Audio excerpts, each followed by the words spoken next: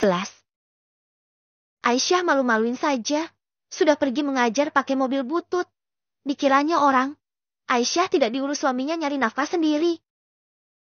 Gumam Retno ketika melihat mobil yang dikendarai Aisyah mulai pergi meninggalkan pekarangan rumahnya. Seperti biasa hari ini Aisyah pergi ke sekolah tempatnya mengajar, namun hari ini Aisyah nampak berbeda, ada aura kebahagiaan yang terpancar dari kedua bola mata indahnya. Sebelum sampai ke sekolahnya Aisyah terlebih dahulu mampir di sebuah minimarket dan beda dari biasanya Aisyah begitu banyak memberikan oleh-oleh untuk anak-anak didiknya.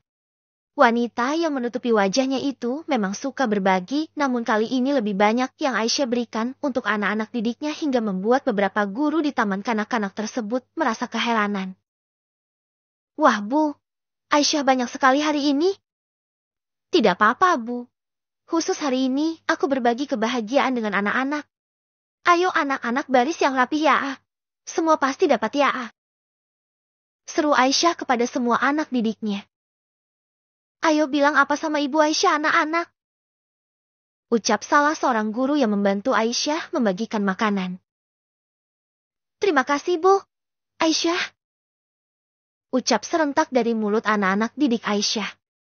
Bukan saja Aisyah yang kali ini nampak berbahagia, anak-anak didiknya pun terlihat bahagia menerima pemberian dari kepala sekolah mereka. Setelah semua dibagi, wanita berparas cantik dan soleha itu kini menatap haru anak didiknya. Apa aku akan kuat jika aku pada akhirnya harus meninggalkan mereka demi keluargaku? Gumam Aisyah yang tiba-tiba saja terngiang ucapan Retno pagi tadi sebelum Aisyah pergi. Amar menyepi seorang diri di ruangan CEO-nya. Dirinya tidak bisa berhenti untuk tidak berpikir tentang kejadian semalam dengan seorang wanita yang tidak ia kenal. Dengan siapa aku melakukannya? Aku sudah menodai kehormatan anak gadis orang. Argi bagaimana ini? Gumam. Tiba-tiba Amar ada ide. Tok. Tok. Masuk. Terdengar seseorang mengetuk pintu. Amar pun dengan lemas menjawab. Ternyata Sere yang datang, sosok wanita cantik yang berhijab modis mampu membuat laki-laki manapun melihat ke arahnya. Amar, bagaimana? Aku mau kita cepat menikah pokok. Nyatiti. Ucap Sera tanpa basa-basi kepada Amar yang sedang duduk di kursi singgasananya. Sera? Iya aku Sera. Memangnya siapa lagi ha? Semalam? Iya semalam apa?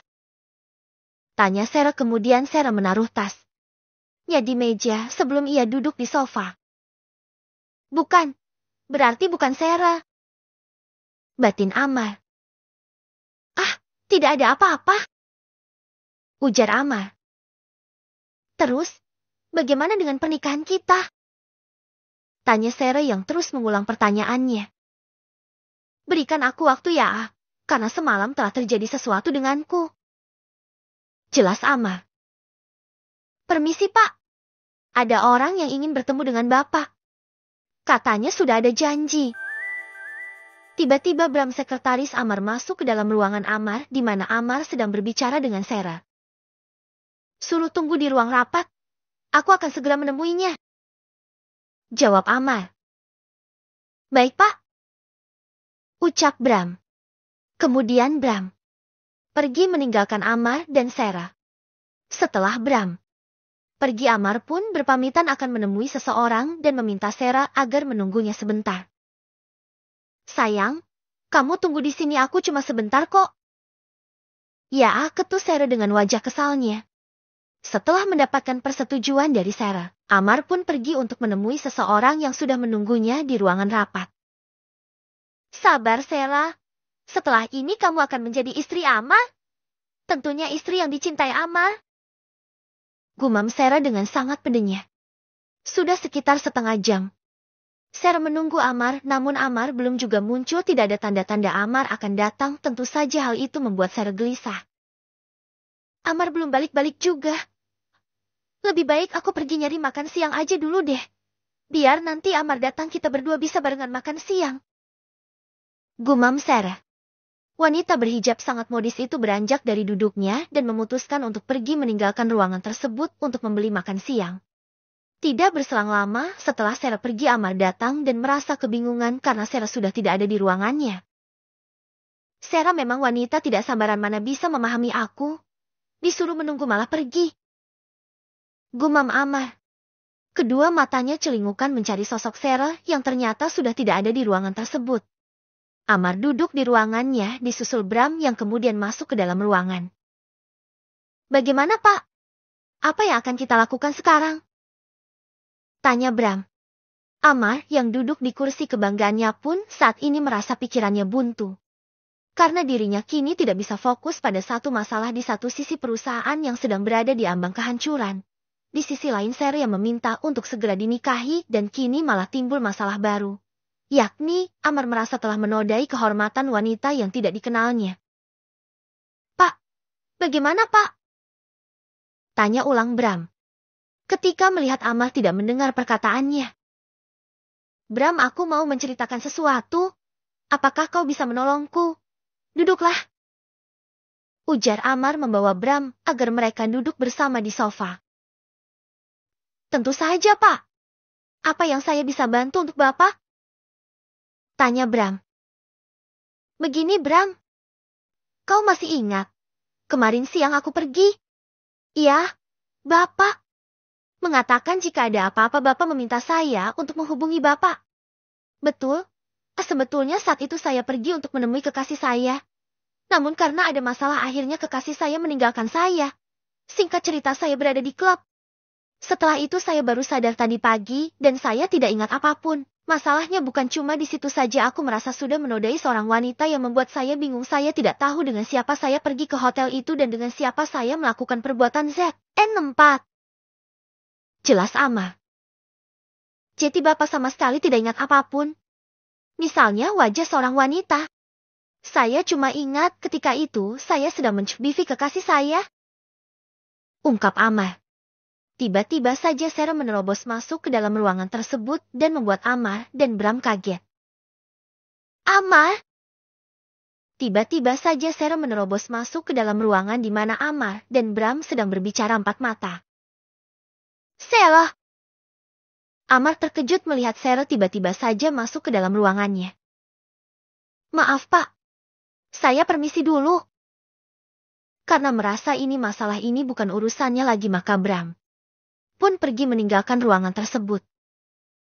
Amar, kenapa hal pribadi seperti itu kamu bicarakan dengan orang lain, ha? Hardik Sarah yang kemudian menutup pintu dengan rapat. Kamu mendengar semuanya? Tanya Amar. Tentu saja iya, dan mungkin juga karyawan kamu yang lain juga mendengar kalian berbicara. Maafkan aku, Sarah. Aku tidak tahu lagi harus bagaimana. Aku tidak ingat apapun. Ucap Amar. Aku tidak mau tahu. Pokoknya kita harus segera menikah. Tidak bisa, Sarah. Aku sudah menodai wanita lain. Aku tidak bisa menikahi kamu. Jelas Amar. Kemudian Amar beranjak dari duduknya dan berdiri di hadapan jendela yang menampilkan pemandangan kota. Bagaimana mungkin tidak bisa? Bagaimana jika aku lebar? Apa kata kedua orang tuaku nanti jika mereka tahu aku patem? Sarah mulai terlihat cemas dan memeluk Amar dari belakang. Sarah, bagaimana aku bisa membuat kamu patem? Lebar kita saja belum pernah berfbefungan. Amar mengelak dari pelukan Sarah dan menjauhi Sarah. Lalu semalam itu apa? Kamu pikir kamu melakukannya dengan siapa? Apa? Jadi semalam kamu yang bersama denganku? Tanya Amar heran. Tentu saja kamu pikir kamu pergi dengan siapa ke klub itu, ucap Sarah dengan nada tinggi.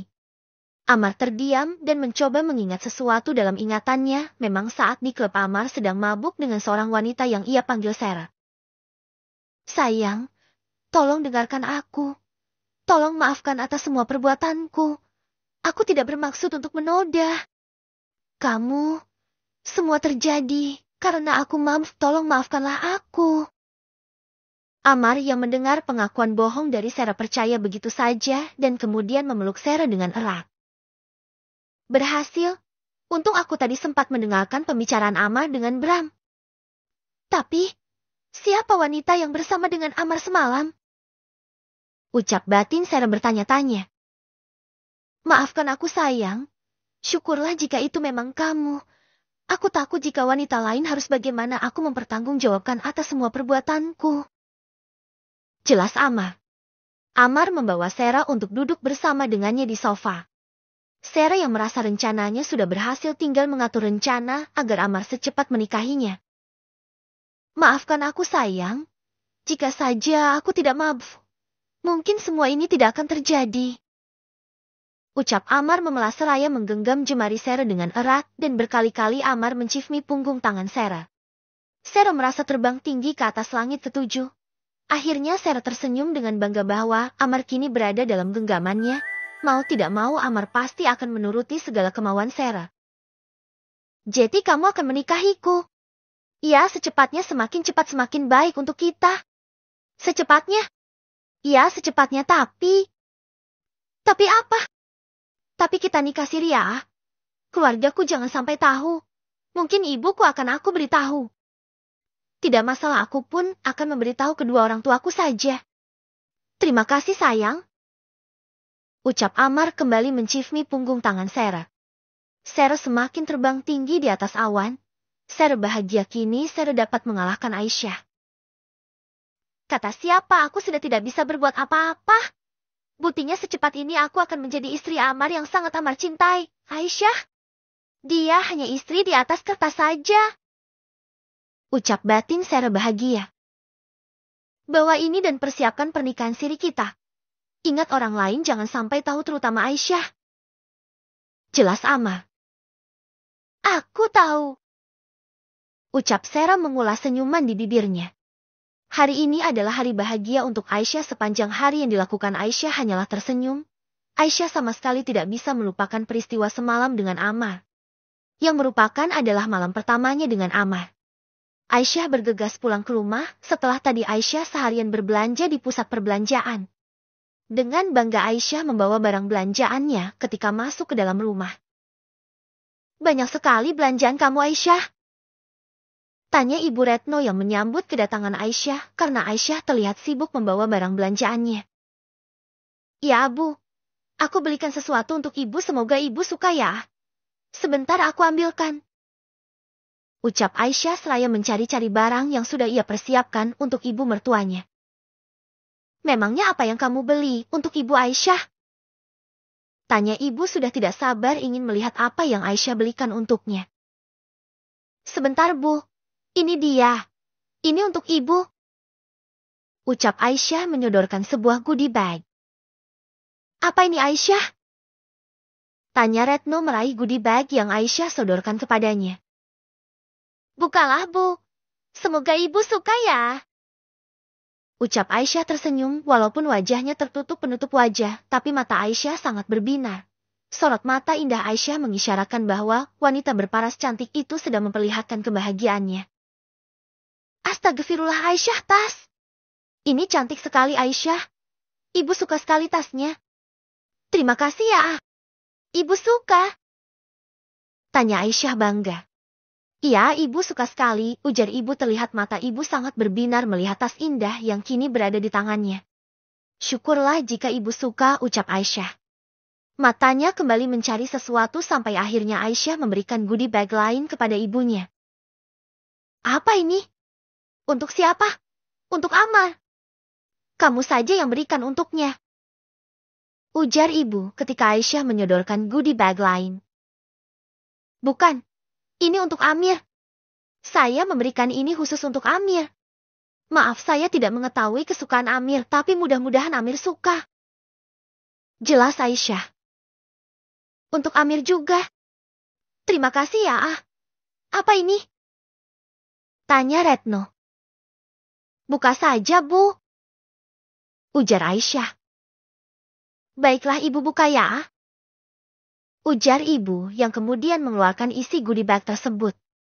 Aisyah tersenyum bahagia ketika melihat ibu mertuanya yang selama ini menunjukkan sikap tidak suka terhadapnya kini akhirnya bisa melihat Retno tersenyum kepada dirinya. Bersambung. Bab ke-12.